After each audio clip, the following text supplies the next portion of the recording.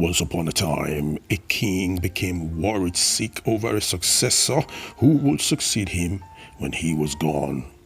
Every time he thought about this, he gets frustrated and anxious because one of his three boys must become king and none seems worthy of the throne as far as he was concerned. He sought counsel from a select few of his trusted chiefs, and together they came up with an idea they thought would work perfectly in selecting the best qualified son to succeed the king. In order to start grooming a successor early enough, the king summons his three sons. The boys were confused, wondering what the king their father was up to, looking all grave and serious.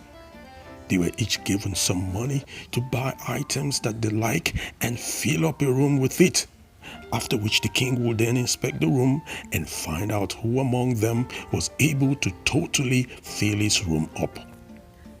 Days later, the king carried out his inspection to find out how the boys had performed.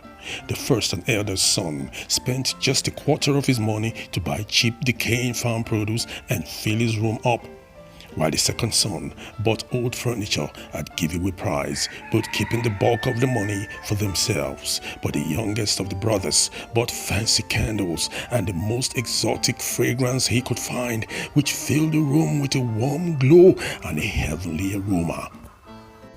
After a rather disappointing performance by his older two sons, the king approached the youngest son's room looking crestfallen, expecting yet another dismal sight. But as soon as he opened the last room, he was practically blown away, as the aroma that filled his nostrils as well as the warmth from the candles was nothing short of heavenly. Alas, a successor is found, and the king was happy and pleased. He beamed and smiled his approval, and the son stretched out a sheaf of money to the king as what was left of the money. They say the best things in life are free, yet we spend good money buying heartache and pain. With just a little, we can still make the most of life. Everyone will most probably have their one big chance in their lifetime. Brother, be sure to recognize it and make the most of it. It might never come again. Word. Please subscribe.